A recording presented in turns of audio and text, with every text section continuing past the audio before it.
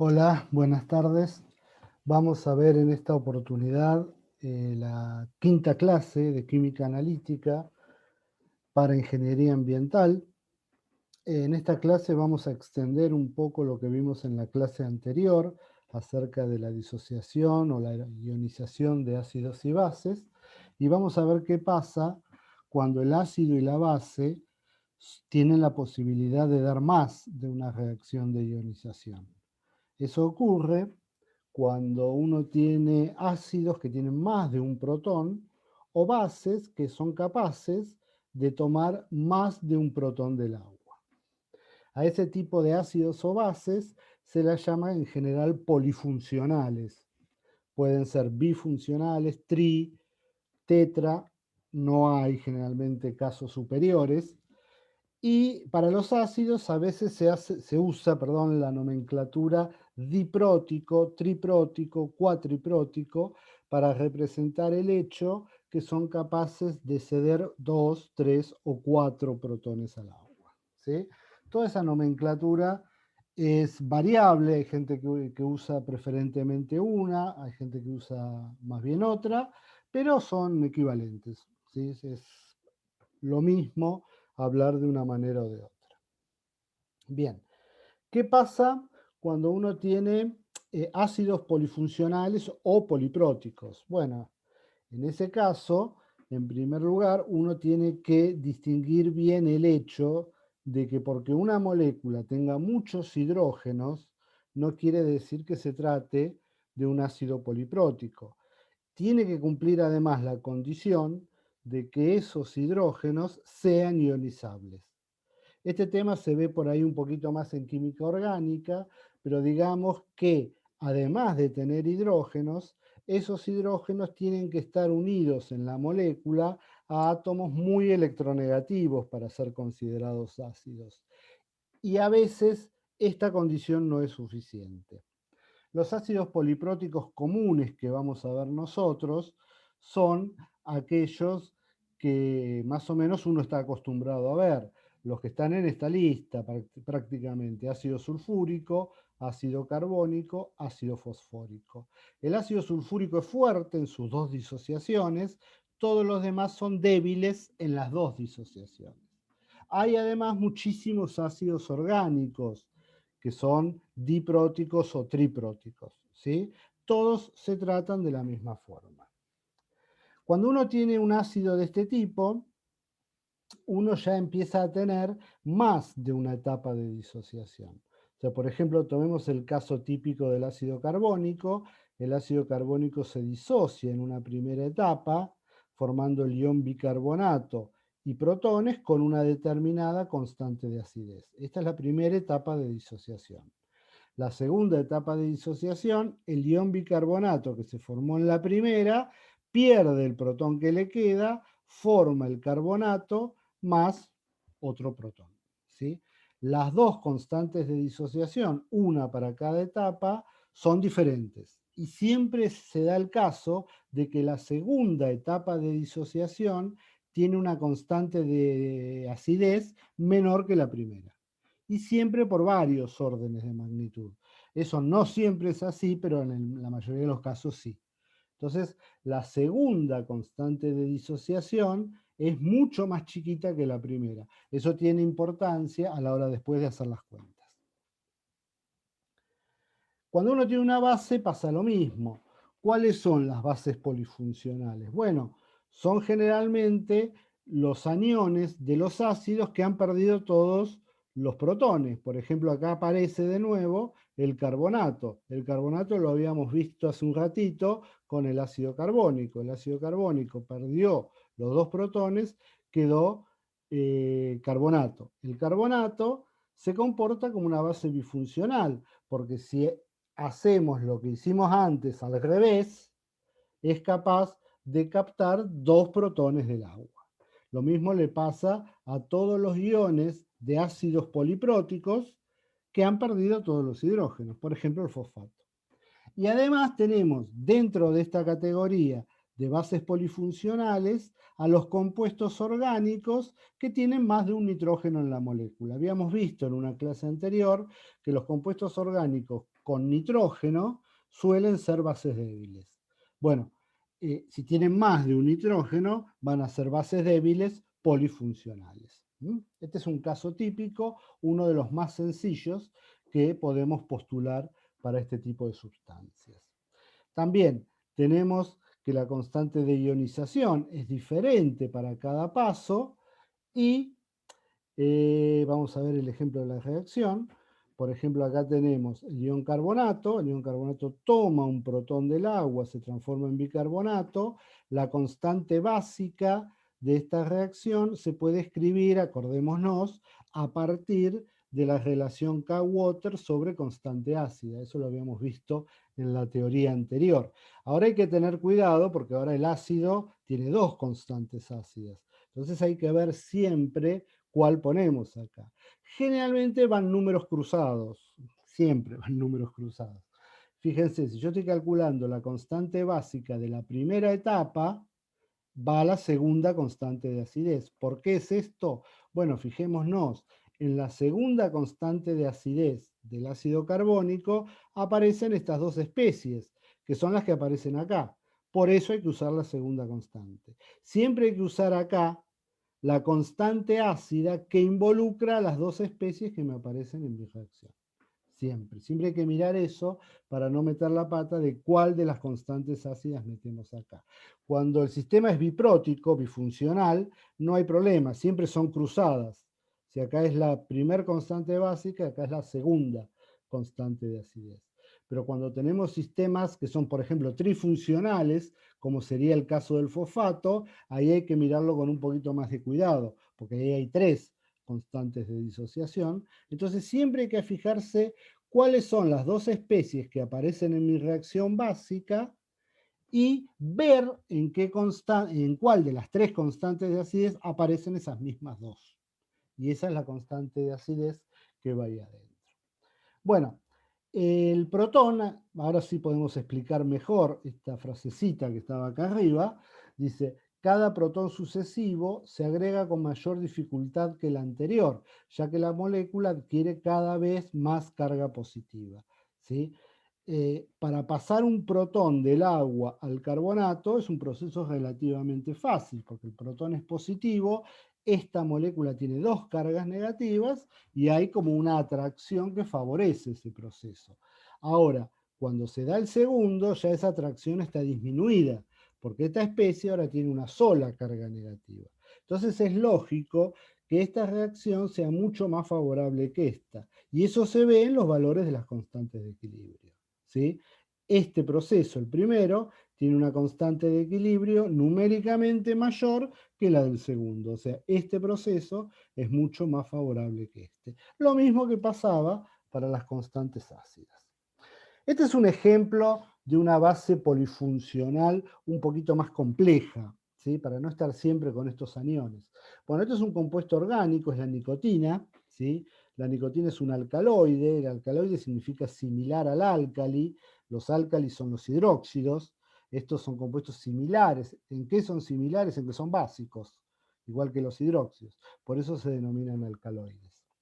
La nicotina es una base bifuncional, ¿sí? Fíjense que la molécula tiene dos nitrógenos. Ojo, no siempre que la molécula tenga nitrógenos va a ser una base débil. Ahí hay que ver mucha más química orgánica, pero es un buen indicio que nos indica si el compuesto puede ser básico o no. En este caso sí, estos nitrógenos son básicos y la sustancia se comporta como una base bifuncional. En una primera etapa, toma un protón del agua, ese protón se pega a este nitrógeno que está acá, esta sustancia es neutra, por lo tanto esta, como tiene un protón de más, queda cargada positivamente. Y esta etapa tiene su constante de basicidad. En una segunda etapa, esta especie formada en la primera toma otro protón del agua con el otro nitrógeno, forma esta especie que ya tiene carga positiva más 2 y otro oxidrilo. ¿Sí? La constante básica, como se ve, de esta segunda etapa es mucho más chiquita que la de la primera. ¿sí? Cuando uno tiene reacciones, ya dijimos en la clase anterior, que estas reacciones de basicidad a veces es un poquito más difícil tomarles la mano. Bueno, siempre hay que pensarlos en este esquema. Siempre el esquema es el mismo, independientemente de cuán compleja sea la molécula. Siempre el nitrógeno toma un protón del agua, queda con una carga más que la que tenía, y el agua se transforma en oxidrilo. Si hay otro nitrógeno disponible, bueno, otra etapa más. Ese nitrógeno toma otro protón, queda con una carga más y un oxidrilo más. Siempre el esquema para escribir una reacción de basicidad es análogo a este. Siempre hay que pensarlo en función de este.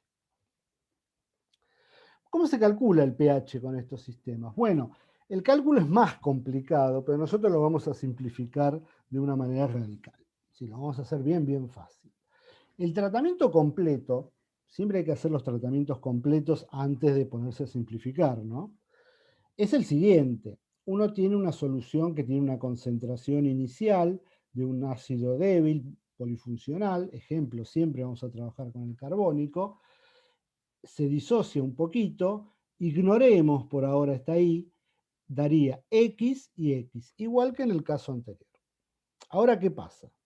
Esta especie que se me forma acá, el bicarbonato, todavía tiene un protón adentro y puede dar su reacción de disociación, o sea, el ácido se sigue disociando.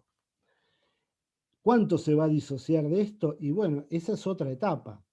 Entonces, si inicialmente a mí se me había formado X, esa X va a disociar una pequeña cantidad y aparece una segunda variable, porque hay otra etapa de disociación. Entonces, ¿cuánto se me va a formar de protones? Bueno, y acá hay que mirarlo con cuidado, porque la cantidad de protones que va en este equilibrio es la cantidad total de protones que yo tengo en el sistema. Yo inicialmente tenía X, se me había formado X en la primera etapa, y ahora se me forman Y en esta segunda etapa. Entonces, la concentración de protones tiene que ser la misma para las dos etapas. ¿Por qué? Porque todo esto está en el mismo lugar, está en el mismo frasco. Entonces la concentración de protones es única en este sistema. ¿Cuánto vale? Bueno, vale X, la contribución de la primera etapa de disociación, más Y, la contribución de la segunda etapa de disociación. Pero este X más Y hay que ponérselo a los dos equilibrios. Esto es un caso típico de equilibrios que se dan al mismo tiempo, o equilibrios simultáneos. O sea, uno tiene más de un equilibrio operando en el sistema que está estudiando.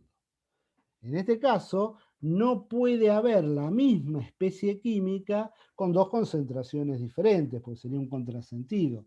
La concentración de protones en este sistema es única, ¿vale? Bueno, en este caso, X más Y. Y se forman I de bicarbonato. Ahora bien, ¿cuánto me queda de, perdón, se forma I de carbonato? ¿Cuánto me queda de bicarbonato? Bueno, me queda X menos Y, pero el bicarbonato también aparece en el equilibrio de arriba, entonces le tengo que poner la misma concentración. En este caso, vemos que los dos equilibrios están, si uno hace el tratamiento exacto, lo que se dice acoplados, porque aparecen dos variables en los dos equilibrios. No son independientes uno del otro, están como mezclados. O sea, hay dos variables que afectan a los dos equilibrios. Bueno, esto matemáticamente es bastante complejo de resolverlo. Entonces vamos a intentar aplicar una aproximación y a justificarla. ¿Mm? Bueno, acá está más o menos lo que acabamos de decir, los equilibrios son simultáneos, pero ¿qué pasa? Como yo sé que siempre el aporte de la segunda etapa de ionización es más débil que el de la primera, es más chiquito que el de la primera, porque la constante de ionización de la segunda etapa es más pequeño que el de la primera, yo puedo decir, bueno, el aporte Y, que es el aporte de la segunda etapa de disociación, va a ser mucho más chiquito que el de la primera. El aporte predominante de protones lo da la primera etapa. La segunda etapa da muy poquito, porque esta reacción está muy poco desplazada para allá, pues la constante de equilibrio es muy chiquita. Entonces, ¿qué pasa? Bueno, si puedo aceptar esta aproximación de acá, y es una aproximación muy buena, es una aproximación, pero muy buena, entonces puedo decir cómodamente que x más y x menos y, como y es un número muy chiquito, es despreciable con respecto a x, lo tomo como x. ¿Sí? Si hago esta aproximación, fíjense que estas dos y desaparecen de acá, porque las considero muy pequeñas, no las tengo en cuenta, y me queda que todo el aporte de protones viene de la primera etapa. Entonces, para calcular la concentración de protones, considero solamente la primera etapa, o sea, estoy diciendo que la segunda etapa prácticamente no aporta protones al sistema. O sea, toda la concentración de protones que va a dar lugar al pH viene exclusivamente de la primera etapa. La segunda etapa aporta tan poquito que no vale la pena tenerlo en cuenta en el cálculo. Bueno, esta es la aproximación que se usa generalmente en estos casos y es la que vamos a usar nosotros. O sea, ¿en qué se resume todo esto? Bueno, muy sencillo. Cuando uno tiene un ácido poliprótico, solo considera la primera etapa de disociación para calcular el pH. ¿Sí? No tiene en cuenta las etapas de ionización posteriores. Solo la primera. Entonces se comporta como si fuese monoprótico. Reducimos el caso en esta circunstancia particular, reducimos el caso del ácido poliprótico a un ácido monoprótico, igual que antes. Entonces, no hay nada nuevo. Para hacer el cálculo del pH, simplemente consideramos la primera etapa y procedemos exactamente igual que en la filmina anterior. ¿Sí? Entonces, el cálculo de pH no aporta nada nuevo acá, o sea, conceptualmente no aporta nada nuevo. Es lo mismo, son las mismas operaciones que hicimos la clase anterior. Lo paso rápido esto. Y con las bases disfuncionales pasa exactamente lo mismo. Como la segunda etapa de ionización es mucho más chiquita que la primera, decimos que solo aporta al pH la primera etapa de ionización. Siempre hay que tener en cuenta la primera para calcular el pH. ¿Sí? Entonces, de esa manera, el cálculo de pH se hace exactamente igual que en el tema anterior. Esto es una aproximación, o sea, acá en este tema lo que estamos viendo es qué pasa cuando en un sistema en estudio hay más de un equilibrio involucrado. Y eso pasa continuamente, especialmente cuando uno tiene un sistema natural. Cuando uno está estudiando, por ejemplo, un agua natural, no tiene un solo equilibrio metido ahí adentro, tiene unos cuantos. Entonces, tiene que haber alguna manera sistemática que uno pueda aplicar siempre para estudiar ese tipo de sistemas. O sea, ¿qué pasa cuando en mi sistema hay muchos equilibrios? Bueno, esperemos que no muchos, pero por lo menos algunos equilibrios operando al mismo tiempo. Bueno, el tratamiento sistemático es este que vamos a ver ahora, ¿sí? Y nosotros lo vamos a aplicar para un caso sencillo, que serían las soluciones de bicarbonato de sodio, ¿sí? El ion bicarbonato, que ya apareció en las disociaciones que vimos hace un rato, forma sus propias sales. Este es el popular bicarbonato de sodio. El bicarbonato, como toda sal, al disolverlo en agua, genera un catión sodio y un anión bicarbonato. Este anión el sodio ya sabemos que no pasa nada en lo relativo al pH, pero el bicarbonato sí. El problema es que el bicarbonato puede dar dos cosas. Como es el anión que está en el medio entre el ácido carbónico y el carbonato, puede dar dos cosas. O puede perder este protón para dar carbonato, o sea, comportarse como un ácido, pero también podría hacer lo contrario. Podría tomar un protón del agua y convertirse en ácido carbónico, es decir, comportarse como una base. Las constantes de estos dos procesos, esta es la segunda constante ácida del ácido carbónico y esta es la segunda constante básica del carbonato, son de órdenes de magnitud diferentes, pero no son tan diferentes. ¿Sí? Yo veo acá que si bien hay una diferencia entre estas dos cantidades, no son tan distintas como para despreciar una respecto a la otra, ¿sí? Además, vamos a tomar este ejemplo como un caso modelo para explicar cómo se tratan los equilibrios simultáneos. Acá tenemos dos equilibrios simultáneos. Tenemos estos dos equilibrios que están operando al mismo tiempo. Entonces queremos ver cómo trato esto, si no voy a despreciar ninguno. Todo esto yo lo podría aplicar al ácido diprótico para no hacer las aproximaciones que hicimos hace un rato. O sea, podría aplicarle todo este mecanismo que vamos a ver ahora a la disociación del ácido carbónico y estaría perfecto. Lo que pasa es que en ese caso es más económico hacer una simplificación. Acá no la vamos a hacer la simplificación y vamos a ver dónde termina todo esto. Estas dos constantes a mí me dicen, bueno, el comportamiento ácido del bicarbonato tiene esta constante, 10 a la menos 11, y el básico tiene este, 10 a la menos 8. Este número es más grande que este. Entonces quiere decir que el bicarbonato es más básico que ácido. Entonces las soluciones de bicarbonato van a tener un pH mayor que 7. Seguro, porque van a ser básicas, porque el comportamiento básico predomina sobre el comportamiento ácido. Eso lo sabemos ya de entrada. Mirando esos dos numeritos, sabemos que las soluciones de bicarbonato van a ser alcalinas. Pero uno podría querer saber cuán alcalinas, o sea, cuánto va a valer el pH. Bueno, vamos a intentar hacer el cálculo. Lo vamos a hacer un poquito por arriba para no cargar mucho la parte matemática. O sea, vamos a ver el planteamiento de las ecuaciones y no su resolución. La resolución la vamos a dejar para que no quede muy recargado todo esto, si no sería algo muy engorroso matemáticamente. Bueno, como el bicarbonato se comporta tanto como ácido como base, entra en la categoría de las sustancias anfóteras que definimos unas clases atrás. Las sustancias anfóteras son aquellas que pueden comportarse tanto como ácido como base. Acá tenemos otro ejemplo. El otro ejemplo típico es el agua, ¿sí? El agua puede comportarse como ácido en algunas reacciones, como base en otras. Bien. ¿Cómo calculamos el pH cuando uno tiene más de un equilibrio operando al mismo tiempo? Bueno, se usa el siguiente método general. Esto es un método sistemático que conviene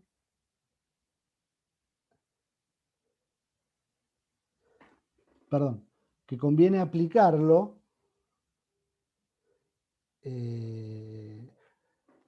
vamos a hacer una pausa acá y seguimos en una segunda parte antes que se me corte el Zoom.